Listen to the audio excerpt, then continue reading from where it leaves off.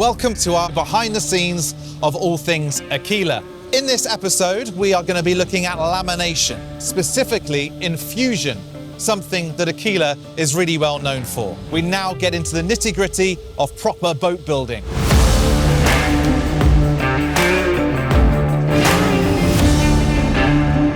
Alain, I find you in the stage one, I guess, of lamination. Yeah. What boat do we have here? Now this is a 42 Yacht. Yeah. That we're standing in, taking a look at the guys working and putting on the first layer of gel coat. Now, we can't stay in here too long without our masks. What are they doing here? We see, obviously, the red mould. This, I'm guessing, is a little bit like a cake tin. Yeah, if it's like you have your cupcake mold, Yeah. basically what a boat mold is. So the red that you see is actually part of the mold. The product that the guys are spraying on right now is called gel coat. We use a white gel coat. So when this hull lifts out of this mould, the white is what they're going to see as their exterior surface. Yeah. We've talked in previous episodes about how you protect your staff, but also the quality control. It's quite warm in here, so the humidity is controlled. But it's really important for you guys to make sure that your team are able to do this day in, day out in a safe way. Yeah, in terms of the boat, every boat that we put through the lamination process goes into a box or area like this, a workshop area. It's temperature and humidity controlled. That's critical to making sure that the product sets up correctly as the correct pure temperature. And that way we control the product to make sure that everything is uniform coming off the line from this hull to the next hull and beyond.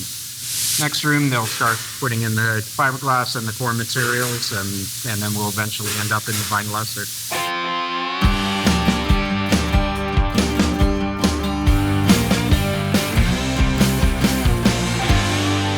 We've seen the gel coat being applied to the wax mould. We now have some fabrics here and the core material. Yeah. Can you explain the process here, this next stage? Yeah, absolutely. So obviously we saw the red mold, and then we applied the gel coat onto the red mold. Similar process here. Gel coat's already been applied, but now we're going to start adding additional layers on to give it that structure. The first layer that's going down is various cuts of fiberglass, depending on where they are. They may have a different biaxial, quadaxial, and so forth cut of fiberglass. And that's the pattern and the weave, essentially, of the material. Exactly. And then we start layering in different density foam cores, PVC foam cores. So depending on how much load within that structure, you'll see here we actually have 3-4 different colors. So it changes depending where that mass load is. And that acts like a backbone to the structure, really, to the laminate schedule. Yeah. So that's your centerpiece. And then when you infuse, this is all going to be absorbed with the epoxy. Yeah, it all gets sucked through, the vinyl ester gets sucked through, and then that gives it its true strength.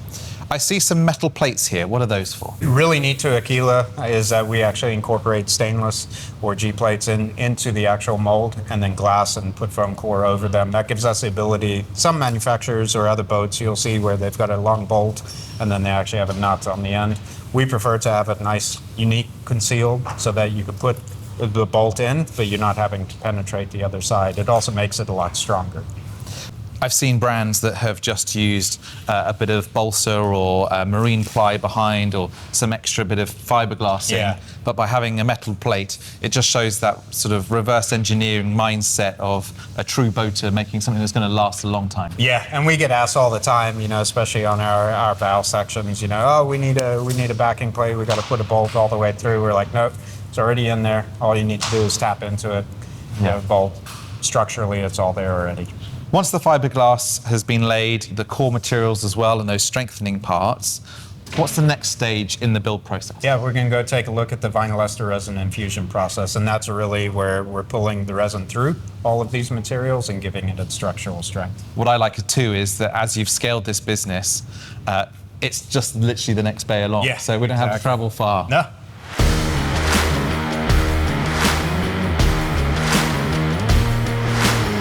So now we are in vacuum infusion, aren't we? We're in room number 5 and one of many rooms where we do the vacuum infusion process. So what we're looking at here is some of our smaller parts as well as some larger parts in the back, but essentially the same process that we carry on our deck molds as well as our hull molds.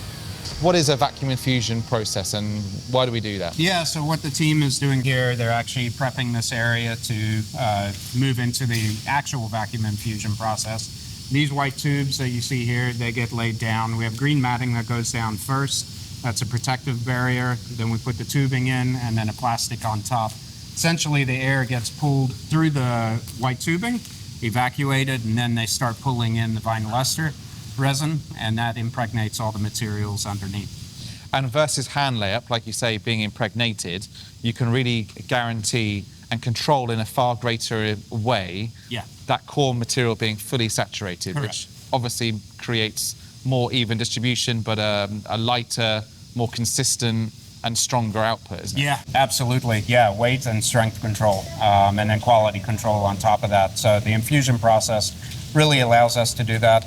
We look at sailboats, they're cruising average cruise speed 8 to 10 knots or so, and then into a Molokai or fishing line, traveling at over 60 knots. So the strength points or the load areas on a hull are vastly different from model to model, and that's where the infusion process, as well as our core materials and what we choose, really benefit the clients at the end game.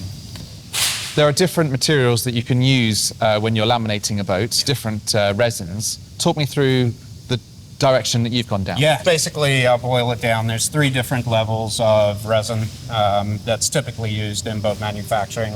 You have polyester resin, vinylester resin, and then epoxy resin. Epoxy resin is top of the line. Polyester is what a vast majority of boat builders use. We go with vinylester, which is kind of upper middle of the road. It's harder to work with, but there are some key benefits to our owners, including less water absorption. So if anything below the water line, that's very important, because over the longevity of the boat, if you're absorbing water into your resin and into your core materials, that can lead to osmosis or blistering below the water line. And then anything above the water line, where it is critical for us, is the bulkheads, for example. We do all of our bulkheads vinylester resin infused with core material, so no wood in the laminate at all. That's really important when it comes to, for example, the Molokai line, 60 knots. You want a very strong, stiff bulkhead that's not going to move around a lot. And that's what we focus on, and where we really have a benefit over other manufacturers. And that's very unique to Aquila. Is where we do everything in vinylester resin. Tell me though about the hull lamination, because obviously we're in the infusion bay for smaller parts here. You obviously infuse the hull and deck molds as well. Yeah. But there's a unique character to your hull design and hull layout. Obviously, in the size of the factory or shipyard that we have a unique ability to be able to do the hull and deck separately, but in one shot. So typically what you've seen what manufacturers do and have done in the past is they do each hull is specifically in catamaran design. They do them in single shots, and then they stitch the hulls together, basically. So we're not doing that. We have a single mold for our hull and deck, and so we vacuum infuse the entire hull in one shot. That means both hulls and the bridge that connects the 2 hulls together. So you end up almost like a sports car monocoque. Yeah, where you're exactly. adding even further strength into your construction. Yeah, and that benefits when we start pulling in the bulkheads, which are also resin infused. You put those into place. Primary aft and foredeck bulkheads can sometimes be carbon fiber also, specifically on our 47 Molokai as well as our 46 Coupe and our 70. And that really, you're talking about saving a lot of weight, but adding a lot of rigidity to a catamaran, which is very important when you're out on the ocean. So after this process, we're going to go and see, I believe, a 50 yacht that has now been debagged. It's all cured, and it's now ready, I believe, to head over to the first stages of the assembly line. Yeah, and we'll go see where this incredible team really, what that looks like at the finished product, what they're doing here in the prep area, and then what that looks like.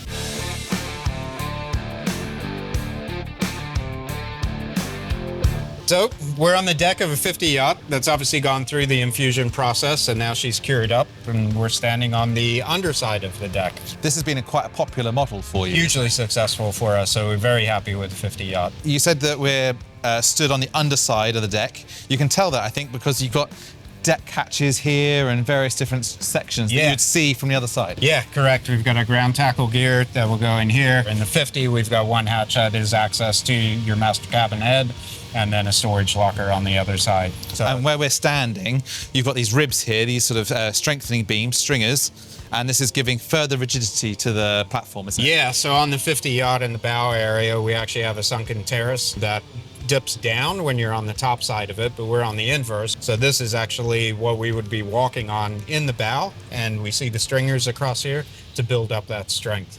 And then here we have, I guess, master cabin or one of the cabin areas. Yep. You've got the steps there, which actually would be going down into the aft area. Yeah, this is completely inverted, isn't it? Yeah, which is a little bit funky on your brain to think about, but that's how boat building works, is you almost have to build upside down. Are we at a stage now where we can lift them out of the mold? Yes, we're getting to that point. So we're going to pull the hull out of the mold. Then she's going to start moving her way down the assembly line, where we're going to start bonding in the bulkhead, stringer system, then all of the different products from the warehouse, as well as building 5, the upholstery, stainless, woodworking is all going to come and get fitted out in the assembly line. Then we're going to bond this onto the hull and be one step closer to making her way out the door and becoming a finished product. Tune into the next episode where all of these elements come together. We've looked at the machining, the upholstery, the woodworking, the lamination, and now we're going to bring all those elements together on the production line so an Aquila starts to look more like the boats that you've seen on the water.